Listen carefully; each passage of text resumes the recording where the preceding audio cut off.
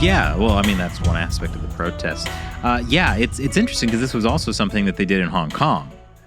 Holding up the blank sheets of paper? Yeah. And now protesters in China, I don't think it's, I mean, considering the censorship in China, I don't even know if the people in China knew about the Hong Kong white paper protest.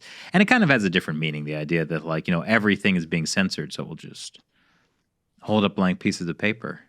Yeah, in Hong Kong, it was post-national security law that they started doing So it was like the individual slogans in Hong Kong were being banned on national security grounds. Well, right? I don't think they had started that yet. It was just like people were like, can you arrest me for holding a piece of paper up? Yeah. And the answer is yes. Yeah, so same thing in China, right? Like holding up a white piece of paper. But like I am very impressed that people are willing to do that because, now we have reports that people are, because of phone geolocation and different things, like people are already being called into police stations and warned off. If the police discover that your phone's GPS signal was in the vicinity of a protest, they may visit you at your home, a day or two later. Which is a great extension of the technology they use for zero COVID, the sort of location tracking. And yeah, like what if Apple, instead of like limiting AirDrop, would like, I don't know, there's things they could do, like uncensor their phones or don't allow. I mean, surely there's something like tech companies could do to help. Apple has to follow the laws. Local laws. Yeah. In each region, lets them completely off the hook. I mean, what are they using their money for? Liver supplements? Like, what great things can you buy that you're willing to sell out humanity? Private jets. Products? Or liver supplements. Yeah. You'll be living so actualized. But primal. Yeah, I mean, I suppose it's important to say now that we are recording this episode on Friday, December 2nd. Yes, so there's a weekend coming up that, like, there could be major things that happen. There could be more protests. And I think one of the reasons that this Jiang's death kind of came at, like, a weird and tricky time is that in the past, Chinese leaders' deaths have led to protests in China. It happened after Zhou Enlai died in the 70s. It happened after Hu Yaobang died in 89. That's the thing that triggered the Tiananmen Square protests. Mm-hmm. And so the CCP is probably, like, Xi Jinping is probably, like, not happy. Yeah, I mean, it's like, what a couple of days of China news it really has been. Sometimes it feels like things don't change for so long, and then suddenly everything changes. All at once. Yeah. You see these, like, protests that haven't happened since the Tiananmen Square protests, which were nationwide in 89, and, like, suddenly you have these nationwide anti-COVID lockdown protests, and then suddenly Jiang Zemin dies and seemed like he would be around forever. Yeah. I mean, now, like, they're definitely trying to clamp down on any more protests. Police are out en masse. Yeah, it's tricky you gotta let people, quote unquote, mourn Jiang Zemin, especially because the way that Xinhua has, in their obituary, has positioned him is that he was, like, a great CCP leader who, did all these great things. And we have to, like, have his legacy go on in the spirit of the CCP kind of stuff. And also Xi Jinping is the chair of the Jiang Zemin Funeral Committee. Oh, delicious irony for general hostility. But at the same time, they can't let people get too protesty. And then, like, a lot of the nostalgia about Jiang is being used as a kind of pointed criticism of current things. Yeah, well, the great thing about the surveillance state that Jiang helped develop is that they can let people vent during protests and not have the police be like, and not send in the tanks essentially like they did in 89.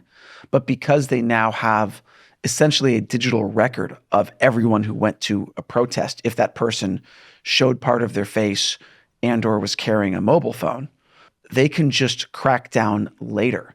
And this was a very successful strategy in Hong Kong because remember when we were there, like there were rumors that, are they going to send in the tanks? Are they going to get, are the Chinese police or military going to come in and be super violent? No, because it was all being recorded on camera and posted to the internet, on Twitter or whatever.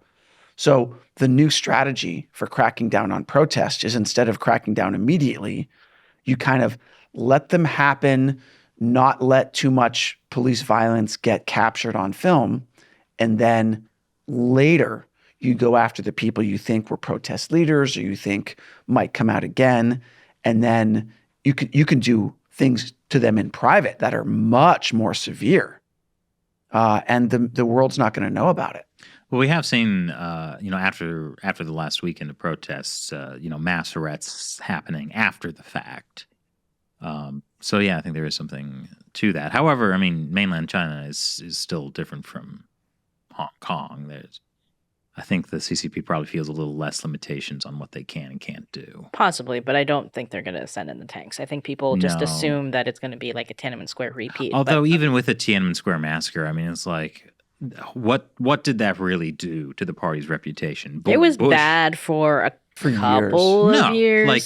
Like a couple of weeks later, Bush sent a secret delegation to China. Quietly. Yeah, quietly, but saying, don't worry, it's not going to affect the relationship. So they knew pretty straight away that they could massacre tens of thousands of students and really not have much of a blowback. I mean, I think the interesting thing about Tiananmen is that most people don't know today that the Tiananmen massacre basically came after nationwide protests. And you mentioned this, like all over the country, people were protesting in solidarity, but we only have footage of what happened in and around Tiananmen Square and Chang'an Avenue. And because Western journalists were there for something else. Right. And so if not for that actual video footage and photographs, like, because we don't know about the other massacres that happened in all these other cities. Yeah. Many, many years later, Louisa Lim wrote a book about I think the People's Republic of Amnesia is what it's called, which is about the Tiananmen Square protest and all the other and she kind of uncovered this story of another massacre that happened in Chengdu. Yeah, but it didn't happen because, what do they say? Pics or it didn't happen, right? Yeah, and that's essentially how people view. There were eyewitness statements, including from people from the U.S. consulate, but then somehow, like at the time, there were these statements, but then somehow after that, like 30 years, people didn't remember. So all it takes is a few really one great photo or video footage, and in the case of Tiananmen, it was Tank Man, really, that epitomized it. And, something that comes out of the current protests could be the Tank Man of the current protest era. And the Communist Party wants to make sure that doesn't happen. Well, arguably, the Sitong Bridge incident that happened in October ahead of the party congress. That was kind of Tank Man-y. People started calling him Bridge Man. Yeah, the guy who hung up these protest banners calling for an end to COVID restrictions and calling for Xi Jinping to step down, etc. And then he was arrested and disappeared. Just like Tank Man. But then, afterwards, people started posting those messages in places like public bathrooms, and they started doing all of this, both overseas and in China, all these protests. And yeah.